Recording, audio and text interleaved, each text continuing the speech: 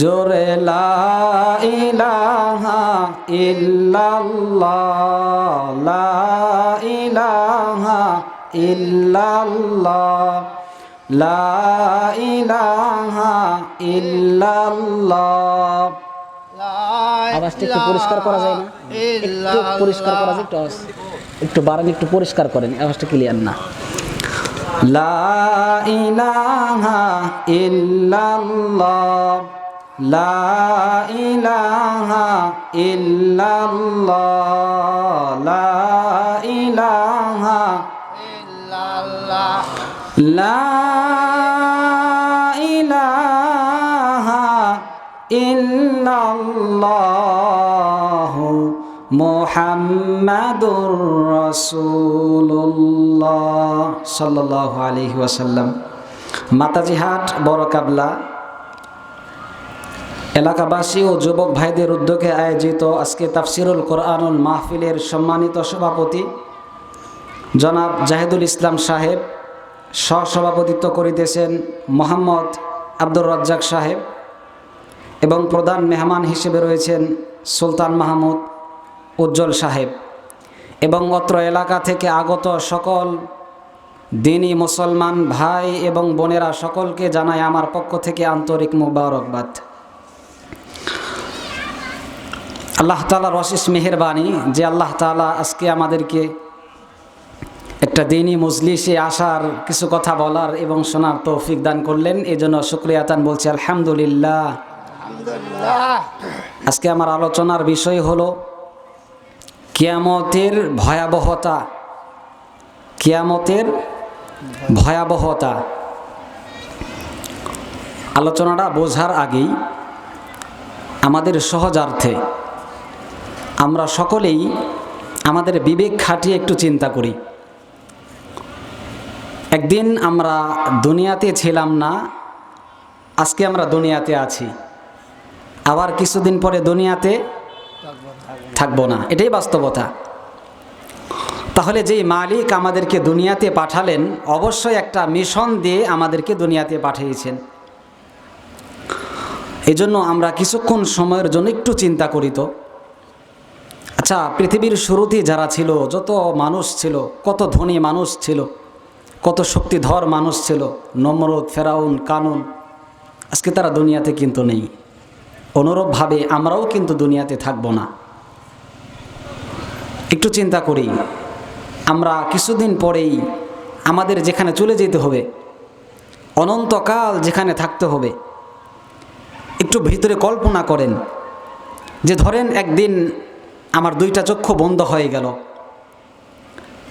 দুইটা চক্ষু বন্ধ হয়ে যাওয়ার পরে আমাকে গোসল করানো হবে, এরপর আমাকে কবরের মধ্যে রাখা হবে। এরপর কবরে রাখার পরে কোনো আলো থাকবে না, কোনো লাইট থাকবে না, এমন একটা ঘর আমাদেরকে দেয়া হবে, জানালা নেই, দরজা নেই, কিচ্ছু নেই। আচ্ছা একটু কল্পনা করেন তো দেখি, ওই সময় ওই রজনীটা কত ভয়ানক হবে। একটু চিন্তা করেন। কিছুক্ষণ সময়ের জন্য দুনিয়ার জগৎ থেকে বের হয়ে কবরের জগতের মধ্যে একটু ঢোকেন, একটু খেয়াল করেন যে আল্লাহ ওই সময়টা কীরকম হবে আমাদের অবস্থা। আল্লাহ রাব্বুল আলামিন দুনিয়াতে দুই শ্রেণীর মানুষ বানালেন। একদল মানুষ নেককার আর একদল মানুষ বদকার। কিছু মানুষ আছে দুনিয়াতে আসার পরে, ঈমান আনার পরে ভালো কাজ করে, নেক কাজ করে। আরেক শ্রেণীর মানুষ দুনিয়াতে আসার পরে আল্লাহর সাথে নাফরমানি করে, শিরক করে, আল্লাহর সাথে অন্য কাউকে শরিক করে, গুনাহ করে। এই দুই শ্রেণীর মানুষ, দুই শ্রেণীর মানুষের মধ্য থেকে এক শ্রেণীর মানুষ যারা ঈমানদার, নেককার, পরহেজগার, দিনদার, আল্লাহওয়ালা, এদের মৃত্যুটা অনেক সহজ। আর যারা বদকার, যারা পাপিষ্ঠ, যারা গুনাহগার, আল্লাহকে মানে না, আল্লাহর সাথে শিরক করে, এদের মৃত্যুটা কত ভয়ানক হবে এই সম্পর্কে একটু আলোচনা করি।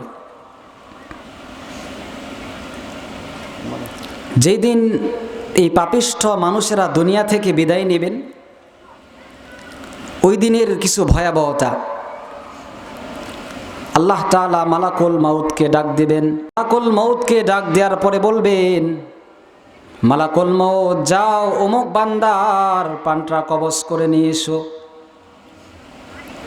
আমার ভাইরা, সেই দিন মালাকুল মাউত এমন ভয়ানক আকৃতি নিয়ে দুনিয়াতে আসবে, যদি দুনিয়ার কোনো মানুষ মালাকুল মাউতের আকৃতিটা একবার দেখে তাহলে আমার মনে হয় না তিনি দুনিয়াতে ঠিক থাকতে পারবে।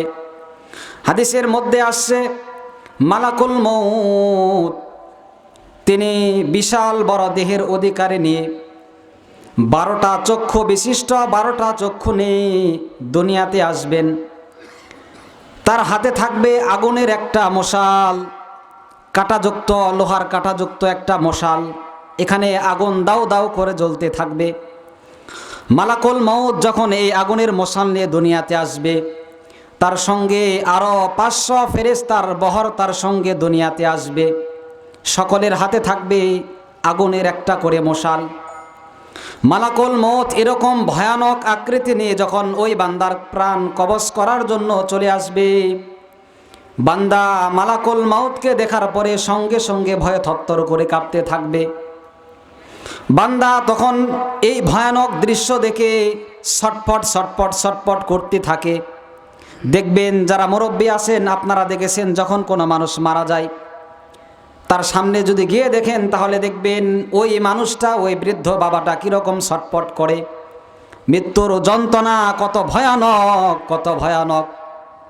মৃত্যুর ভয়ের কারণে মালাকুল মাউতকে এই আকৃতিতে দেখে একবার পিছনের দিকে দৌড়ায় আর একবার সামনের দিকে দৌড়ায়, একবার বড় বড় চক্ষু বাহির করে আর একবার বিশাল বড় মুখটা ফা করে। এর কারণ হলো মালাকুল মাউতের ভয়ানক আকৃতি দেখার পরে বান্দা আর দুনিয়াতে ঠিক থাকতে পারে না।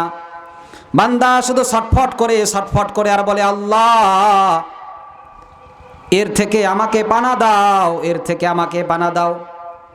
মালাকুল মাউত এরকম ভয়ানক আকৃতি নিয়ে আসার পরে সর্বপ্রথম বান্দাকে যখন প্যারাকযুক্ত কাঁটাযুক্ত আগুনের মশালটা দিয়ে যখন একটা মার শুরু করে দেয়, বান্দা ছটফট করতে থাকে, ছটফট করতে থাকে। আর আত্মীয় স্বজনেরা বলে, সান্ত্বনা দিতে থাকে, ভয় পেও না, টেনশন করিও না, কোনো তোমার সমস্যা হবে না। আচ্ছা বলেন তো দেখি, যার পিঠের মধ্যে ভারী পড়ছে তার কি অবস্থাটা হয়, সে ভালো বোঝে না যারা থাকে তারা ভালো বোঝে? এটা বলে বোঝানো সম্ভব নয়। যার পিঠের মধ্যে পড়ছে সেই বোঝে যে কত ধানের কত চাল। কথা বলুন ঠিক কিনা? আপনারা চুপ থাকলে আমি কথা বলতে পারবো না, আমার সাথে একটু কথা বলতে হবে। আচ্ছা বলেন, যার পিঠে এরকম একটা বাড়ি পড়লো, এই মানুষটার কি অবস্থা হয়েছে এটা উনি ভালো বুঝবেন, আমি ভালো বুঝবো? উনি বুঝবেন না। মালাকুল মাউত বলেন, এরকম আওয়াজ দিয়ে যখন তার পিঠের মধ্যে পিটানো শুরু করা হবে, বান্দা ছটফট করতে থাকবে। ওই 500 ফেরেশতার বহর যখন তাকে ধরার জন্য আসবে, মারার জন্য আসবে, অনেক সময় এরকম হয় মৃত্যুর আগে মানুষ কাপড় নষ্ট করে দেয়, হয় কি হয় না?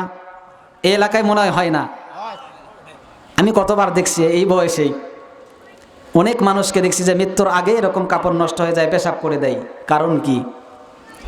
মালাকুল মাউতের ভয়ানক আকৃতি দেখে বান্দা আর সহ্য করতে পারে না। বান্দা তখন ভয়ে আল্লাহর কাছে দোয়া করে, আল্লাহ আমাকে পানা দাও, আমাকে মুক্তি দাও, এরকম শাস্তি জীবনে আর দেখি নাই। আল্লাহ তাআলা সূরা নাজিআতের মধ্যে বলেছেন, ওয়ান্নাজিআতি গরকা ওয়ান্নাশিতাতি নাশতা ওয়াসসাবিহাতি সাবহা ফাসসাবিকাতি সাবকা। 30 নম্বর পারা সূরা নাজিয়ার মধ্যে আল্লাহ তাআলা বলেছেন, নাজিয়ার তাফসীরের মধ্যে আল্লাহ তাআলা বলেছেন, একজন মানুষের মৃত্যু যখন দেয়া হয়, মালাকুল মাউত যখন তার প্রাণটা কবজ করে, তার কীরকম ভয়ানক শাস্তি হয়। ওই সূরার তাফসীরের মধ্যে উল্লেখ করেছেন, একটা জীবন্ত ছাগলকে যদি জবাই করা ছাড়া তার শরীর থেকে চামড়াটা টেনে টেনে খোলা হয়, জবাই করা ছাড়া ওই ছাগলটার যেরকম কষ্ট হয়, মালাকুল মাউত যখন ওই বৎকার ব্যক্তির, পাপিষ্ঠ ব্যক্তির প্রাণটা যখন কবজ করে ফেলে, তার চাইতেও বেশি কষ্ট হয় তার। মৃত্যুর যন্ত্রণা সহ্য করতে পারে না। এক পর্যায়ে মালাকুল মউত তার প্রাণটা কবজ করে নিয়ে চলে যায়। যাওয়ার পরে বান্দা যখন দুনিয়া থেকে ইহদাম ত্যাগ করেন, চক্ষু দুইটা যখন বন্ধ হয়ে যায়, আত্মীয় স্বজন পাড়া প্রতিবেশীরা সকলে বলে, হায় হায়, লোকটা দুনিয়াতে নাই। সকালবেলায় তার সাথে বাজারে গেলাম, আমার সাথে কথা বলল। আর একজন আত্মীয় আসে বলে, আয় হায়, সকালবেলায় লোকটা আমার সাথে কথা বলল। আর এক ভাই বলে, আরে দুপুরেই তো আমার সাথে মাঠে কাজ করলো। আজকে বান্দা দুনিয়াতে নেই, দুনিয়া থেকে ত্যাগ করেছেন। আত্মীয় স্বজনকে ডাকো, তাড়াতাড়ি কবর দাও।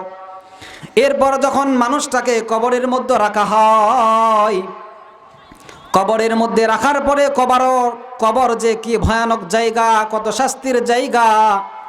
আল্লাহ রসুল সাল্লাল্লাহু আলাইহি ওয়াসাল্লাম একটা হাদিস মেশকাত শরীফের মধ্যে উল্লেখ করেছেন।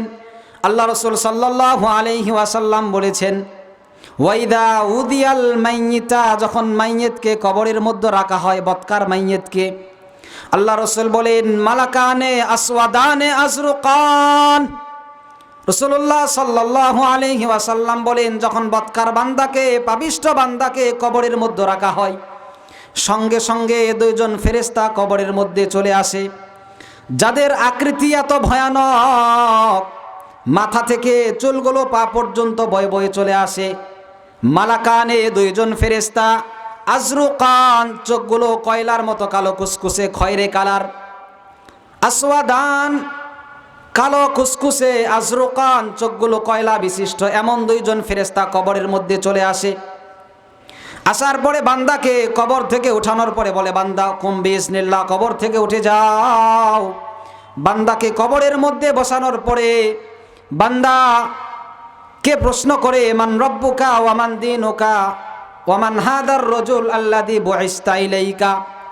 তিনটা প্রশ্ন করে, বান্দা বলো তোমার রবকে, তোমার দিন কি, আর এই লোকটাকে, যে লোকটাকে তোমাদের দুনিয়াতে পালন করা হয়েছিল। বান্দা বলে, পাপিষ্ঠ বান্দা বলে, লাদ্রি লাদ্রি লাদ্রি, আমি জানি না, আমি জানি না, আমি জানি না, আমি জানি না, আমি কোনো প্রশ্নের উত্তরই দিতে পারবো না, আমি জানি না, আমি জানি না। বান্দা যখন প্রশ্নের উত্তর দিতে পারে না, সঙ্গে সঙ্গে আল্লাহ তাআলা কবরের আযাব শুরু করে দেন। দুইজন ফেরেশতা আসবে, যারা চোখে দেখে না, অন্ধ, কানেও শোনে না, চোখেও দেখে না, এমন দুইজন ফেরেশতা আসবে। লোহার হাম্বল দিস্তা দিয়ে এই মাইয়িতকে পিটানো শুরু করে দেবে, পিটানো শুরু করে দেবে। আল্লাহু আকবার। এমন পিটানো শুরু করে দেবে, বান্দা বিকট আওয়াজ করতে থাকে, বিকট আওয়াজ করতে থাকে।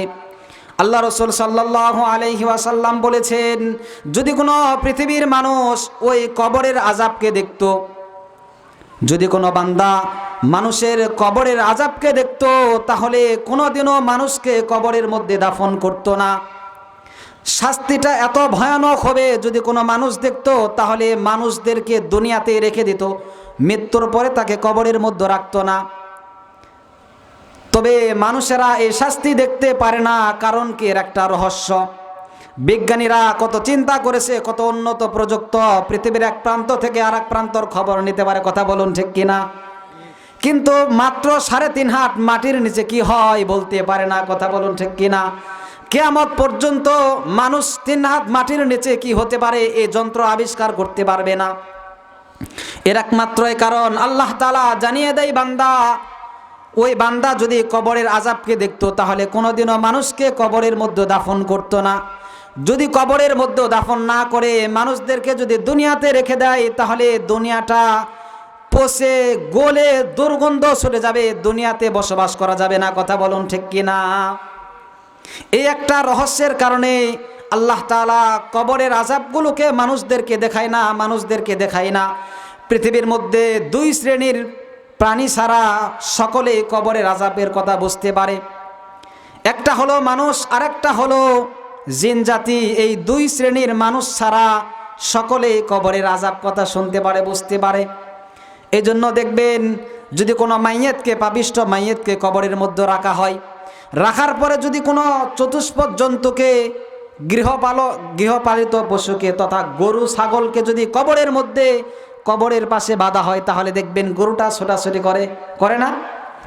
এর কারণ হলো কবরের বিকট আওয়াজ, কবরের শাস্তিগুলো ওই প্রাণীটা অবলা পানিটা বুঝতে পারে, যার কারণে পানিটা কবরের পাশে থাকতে পারে না।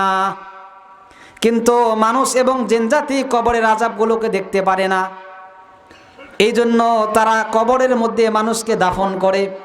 যাই হোক, যেটা বলতেছিলাম, মানুষটাকে কবরের মধ্যে দাফন করার পরে যখন আযাব শুরু হয়ে যাবে, এরকম কিয়ামত পর্যন্ত তাকে কবরের মধ্যে পিটানো হবে।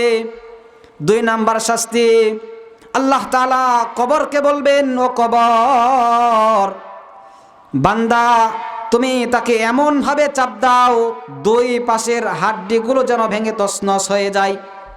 আল্লাহু আকবার। কবর এরকম বিকট আওয়াজের সাথে এমনভাবে ওই মাইয়িতকে চাপ দিবে, মাইয়িতের হাড়গুলো, এক পাজরের হাড়গুলো আর এক পাজরের মধ্যে গিয়ে ভেঙে তছনছ হয়ে যাবে। যুবক ভাইরা, একটু চিন্তা করুন, যেদিন কবর এরকম আপনাকে আমাকে চাপ দেবে, আমাদের হাড়গুলো যদি ভেঙে চুরে তছনছ হয়ে যায়, ওই দিন আমাদের কি অবস্থা হবে? ওই দিন আমরা বলবো, আল্লাহ মাফ দাও, মাফ দাও, মাফ করে দাও, ভুল করেছি, মাফ করে দাও। কোনো কাজে আসবে? ওই দিনের কথা স্মরণ করুন, যেই দিন আমাদের রব কবরকে আদেশ করবেন, কবর তুমি তাকে চাপ মেরে দাও। কবর যখন এমনভাবে চাপ মারবে, হাড্ডি গুড্ডু ভেঙে তছনছ হয়ে যাবে। 2 নাম্বার শাস্তি, আল্লাহ তাআলা কবরের মধ্যে 99টা সাপ পাঠিয়ে দিবেন। হাদিসের মধ্যে আসলে দেখলাম, যদি একটা সাপ একবার কামড় মারে 70 গজ মাটির নিচে মাইয়িত চলে যায় বিষের প্রখরের কারণে। আবার মাইয়িতকে টেনে তোলা হয়, আবার কামড় দেয়, আবার টেনে তোলা হয়, আবার 70 গজ মাটির নিচে চলে যায়। যুবক ভাইরা, মা বোনেরা, একটু চিন্তা করুন, যেদিন কবরের মধ্যে এরকম শাস্তি শুরু হবে, সেই দিন আমাদের কি অবস্থা হবে? আজকে টাকার ক্ষমতার পাওয়ারের কারণে, টাকার কারণে, অর্থের গরমের কারণে